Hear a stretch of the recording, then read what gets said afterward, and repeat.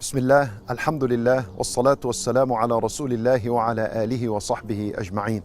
My brothers and sisters in Islam, as we finish Ramadan and the Eid is about to begin, it is very important for a Muslim to understand what are the Sunnah practices on the day of Al-Eid and what are we supposed to avoid.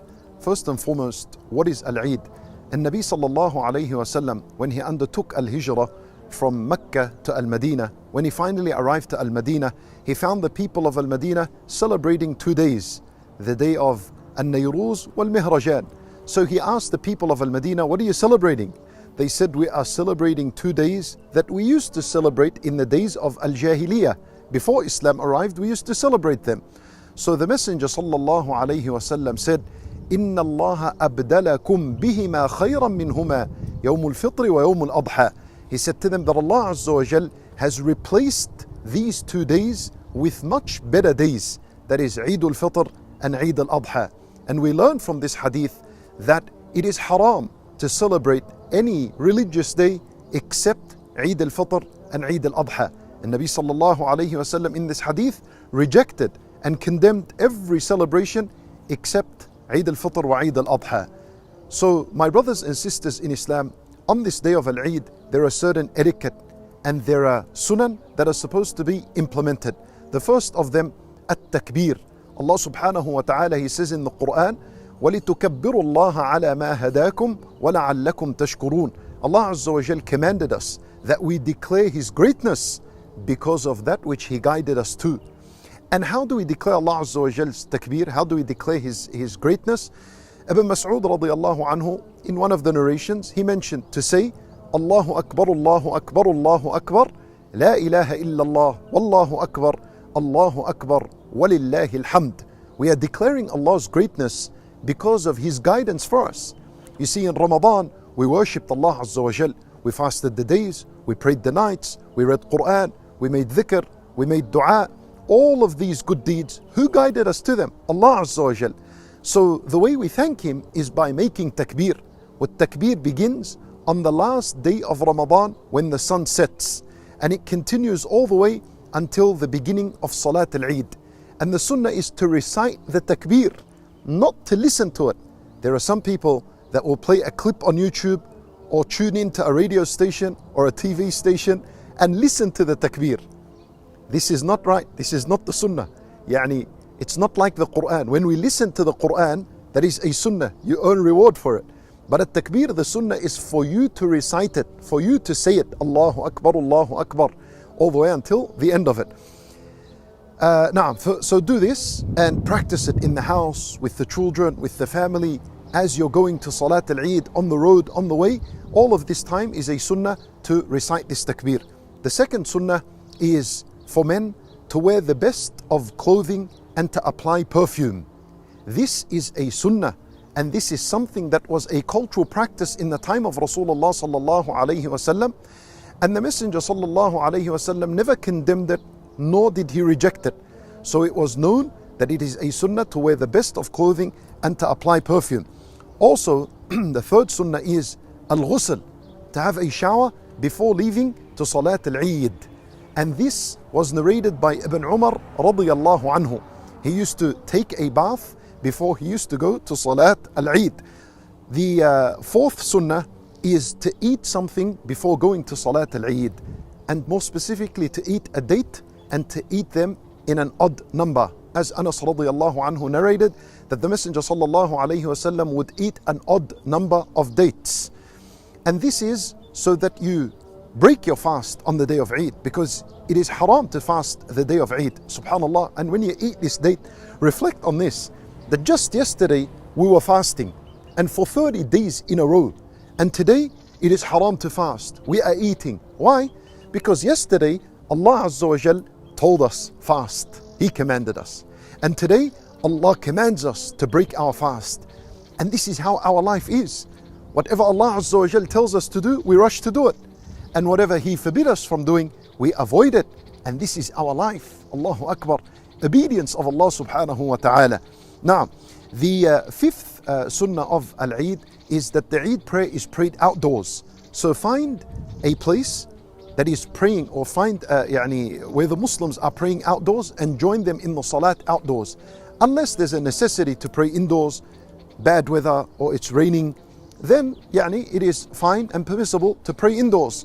But the best Sunnah al-Nabi sallallahu alayhi wasallam is to pray outdoors. This is what he would do sallallahu alayhi wasallam.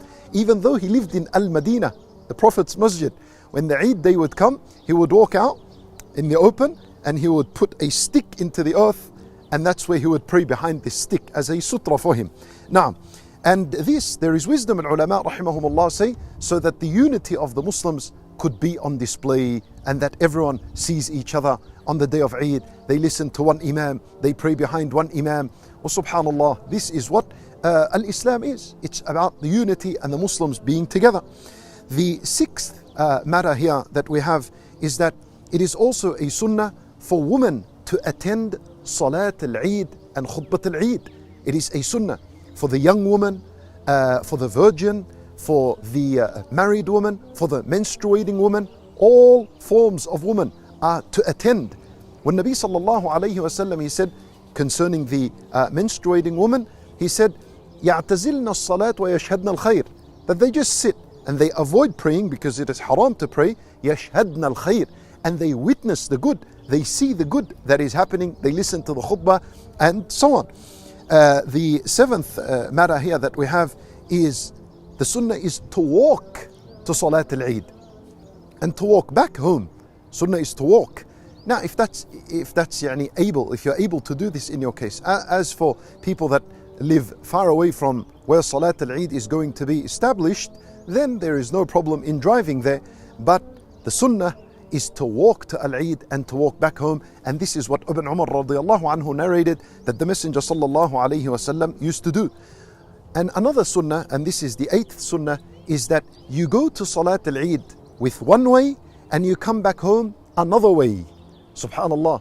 And the wisdom behind this, as the ulama rahimahumullah mention, that so that you can have two paths that witness for you on the day of judgment. Allahu Akbar. One path would say, he walked through me to come to Salat al-Eid, and another path would say, he came through me to go back home. And all of this is worship, and all of this is a witness for you on the day of judgment.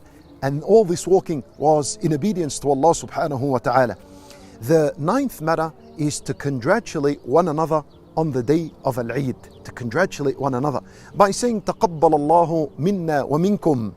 And this is something that is not recommended, nor is there any hadith or a sunnah that rejects it. Imam Ahmad rahimahullah, he said it is permissible for people to congratulate one another by saying تَقَبَّلَ اللَّهُ مِنَّا وَمِنْكُمْ, or any other words. Well, Imam Ahmad rahimahullah, he said, I do not start congratulating people because there is no sunnah for this. There is nothing specifically mentioned by Nabi sallallahu alayhi wasallam that he would do this.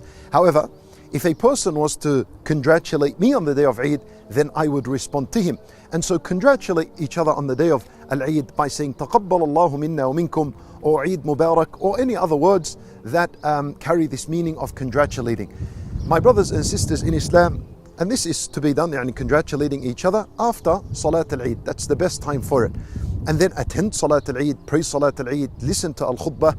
And finally, there are things to avoid on the day of Eid. Number one, do not spend the night of Al-Eid in haram. So many people spend the night of Al-Eid in haram. One night before, they were all in worship. They were all praying to Allah. They were all crying and begging for Allah's mercy and forgiveness and being freed from the fire. And the night of Eid, people spend it in cigarettes, shisha, and whatever it is. All of this is impermissible, severely impermissible. Subhanallah, as the shaitan is released, you will see his effect on the ummah. So be careful and be from those who are avoiding all these haram matters that happen on the night of Al-Eid and the day of Al-Eid. Also, it is not recommended, nor it is a sunnah, to visit the graves on the day of Eid. So avoid this.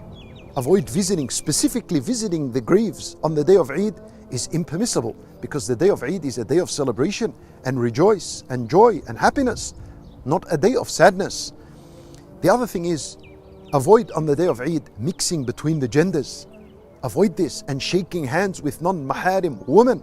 This is all impermissible and not allowed on the day of Eid.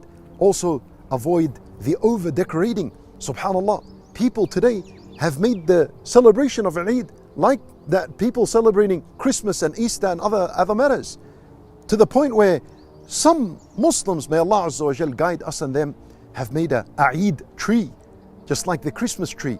And this is no doubt haram, and it is rejected in Islam.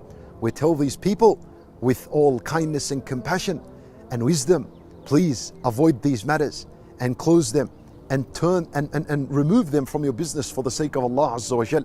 This is not permissible to introduce these matters in Islam. If there was a Eid tree, the Nabi sallallahu alayhi wa sallam would have been the first one to teach us this kind of sunnah. But this thing doesn't exist. And this over decoration is also not a sunnah of the Messenger sallallahu alayhi wa sallam. So avoid it. Light decorations, maybe perhaps a banner that says Eid Mubarak and you put it in the house, 2-3 balloons, maybe something like this, something very light. Then this is al-ulama rahimahumullah, some made exception for this, no problem. But over decorating, this is not the sunnah of the Messenger sallallahu alayhi wa sallam. So my brothers and sisters in Islam, enjoy the day of Eid, spend it in obedience to Allah subhanahu wa ta'ala, and spend on your family. This is also something that is recommended and something that is liked. And allow your children to enjoy the day of Al-Eid. Allow them to enjoy this day and enjoy it with them as well.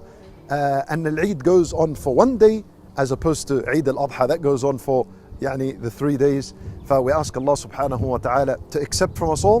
We ask Him subhanahu wa ta'ala to grant us success in this life and in the next. إنه ولي ذلك والقادر عليه. وصلى الله وسلم وبارك على نبينا محمد وعلى آله وصحبه أجمعين.